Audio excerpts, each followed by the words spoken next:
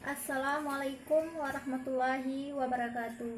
Perkenalkan, nama saya Lutfi Tayani, NIM 180405021. Mata kuliah Geografi Pertanian, dosen pengampu Fitria Mustika SPD MPD. Di sini saya akan menjelaskan tentang materi yang telah saya buat mengenai bentuk lahan asal denudasional. Nah, selanjutnya kita akan mengetahui apa sih pengertian dari bentuk lahan denudasional itu. Denudasional ini berarti adalah suatu proses penelanjangan permukaan bumi, di mana bentuk lahan asal denudasional ini merupakan suatu bentuk lahan yang terjadi akibat proses pelapukan, erosi, gerak massa batuan, dan proses pengendapan yang terjadi karena agresi dan degradasi. Nah, di sini proses degradasi menyebabkan penurunan permukaan bumi, sedangkan agresi menyebabkan kenaikan permukaan bumi. Dapat kita ketahui dari sebuah contoh yang saya buat mengenai morfologi berupa conical hill yang umumnya dijumpai di daerah sepanjang Wonosari, tepatnya di daerah Yogyakarta, Prakimantoro, Jawa Tengah. Nah, di mana mekanismenya utama pembentukannya adalah proses pelarutan kimiai oleh air. Selanjutnya, kita juga mengetahui ciri-ciri dari bentuk lahan denudasional, yaitu yang pertama, relief sangat jelas, di mana memiliki lembah, lereng, pola aliran sungai. Yang kedua itu tidak ada gejala struktural. Yang ketiga, dapat dibedakan dengan jelas terdapat bentuk lain. Yang keempat, relief lokal. Pola aliran dan kerapatan aliran menjadi dasar utama untuk merinci satuan bentuk lahan. Yang kelima, litologi menjadi dasar pembeda kedua untuk merinci suatu bentuk lahan. Litologi ini terasosiasi dengan bukit, kerapatan, aliran, dan tipe suatu proses.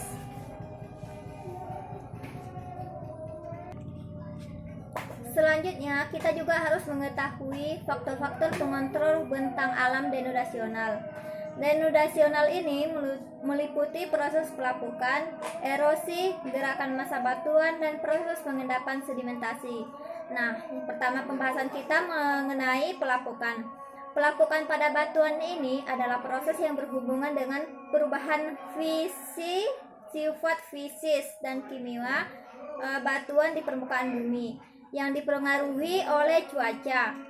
Nah, secara umum kita perlu diartikan sebagai proses hancurnya massa batuan oleh tenaga eksogen.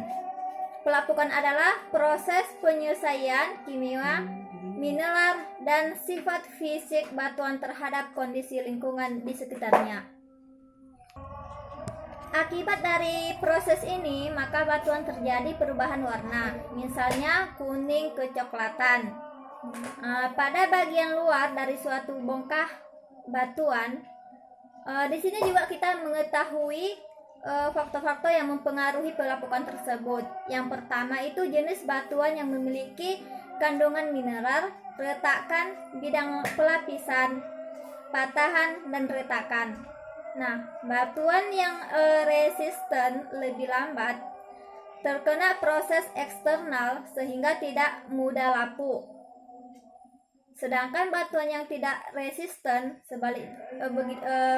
diartikan dari arti yang dari eksternal tersebut. Contohnya di sini limestone, resisten pada iklim kering tetapi tidak resisten pada iklim basah.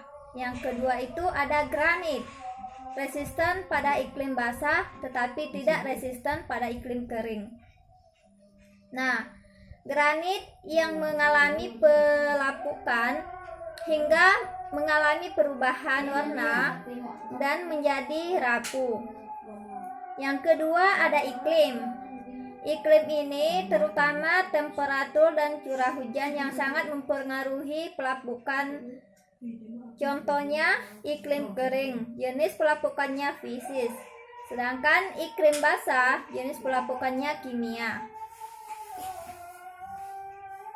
Iklim dingin jenis pelapukannya mekanik. Selanjutnya kita juga mengetahui vegetasi ini atau tumbuh-tumbuhan yang mempunyai peran yang cukup besar terhadap proses pelapukan batuan. Hal ini dapat terjadi dikarenakan yang pertama, secara mekanis akar tumbuh-tumbuhan itu menembus batuan. Nah, bertambah panjangnya dan membesar penyebab batuan pecah.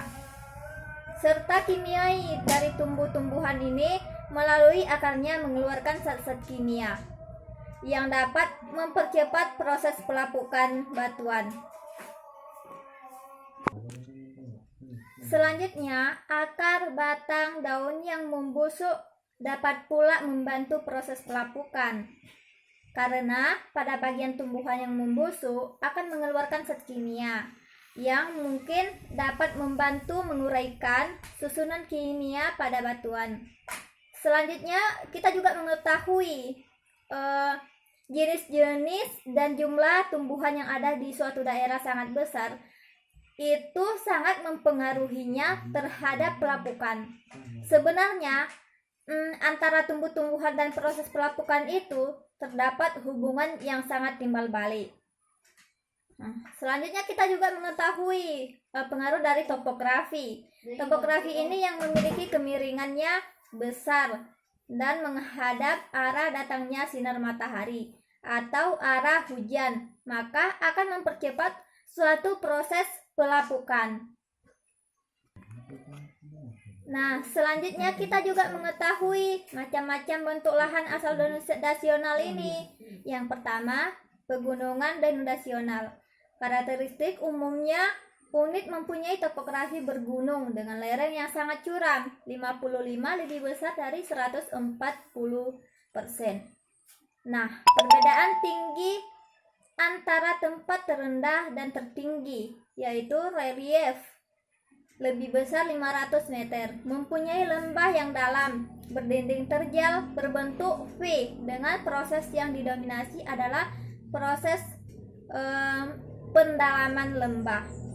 Yang kedua itu ada perbukitan denudasional, di mana mempunyai topografi berbukit dan bergelombang dengan lereng berkisar antara 15 lebih besar 55%. Nah, selanjutnya itu kita juga mengetahui perbedaan tinggi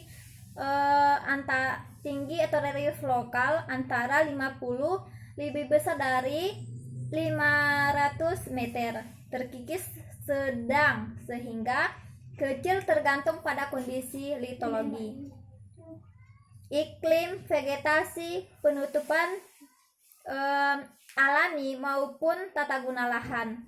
Salah satu contoh adalah Pulau Berhala, di mana hampir 72,54% pulau tersebut merupakan perbukitan dengan luas 38,9 ha. Perbukitan yang berada di pulau tersebut adalah perbukitan denudasional yang terkikis sedang yang disebabkan oleh gelombang air laut serta erosi sehingga terbentuk lereng-lereng yang sangat curam. Yang ketiga itu kita dapat mengetahui bahwa macam-macam denudasional. Yang ketiga adalah dataran nyaris yang diakibatkan oleh proses denudasional yang bekerja pada pegunungan secara terus-menerus. Maka kita juga dapat mengetahui lahan pada daerah tersebut menurun ketinggiannya dan berbentuk permukaan yang hampir datar yang disebut dataran nyaris.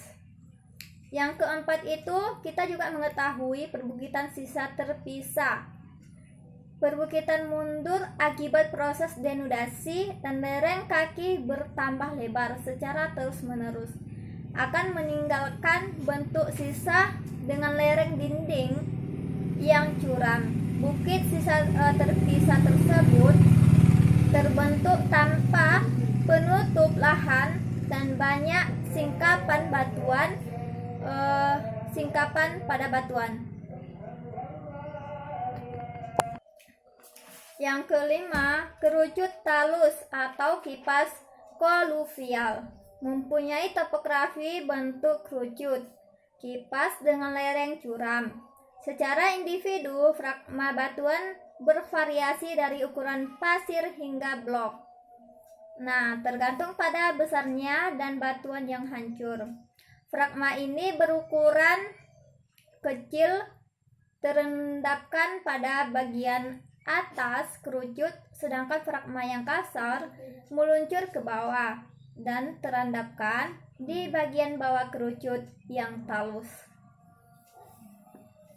Yang keenam itu terdapat lereng kaki yang mempunyai daerah memanjang dan relatif sempit, terletak di suatu pegunungan atau perbukitan dengan topografi landai sehingga sedikit terkikis.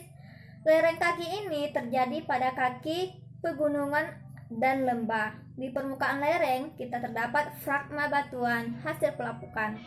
Daerah di atas yang diangkut oleh tenaga air ke daerah yang lebih rendah. Yang ketujuh ada lahan rusak. Lahan rusak ini merupakan suatu daerah yang mempunyai topografi dengan lereng yang curam, sehingga sangat curam dan terkikis sangat kuat dan mempunyai bentuk lembah yang dalam dan berdinding curam serta berigir tajam dan membulat. Proses erosi parit sangat aktif sehingga banyak singkapan batuan yang muncul ke permukaan bumi. Demikianlah hasil dari materi yang telah saya buat. Semoga bermanfaat bagi kita semua. Assalamualaikum warahmatullahi wabarakatuh.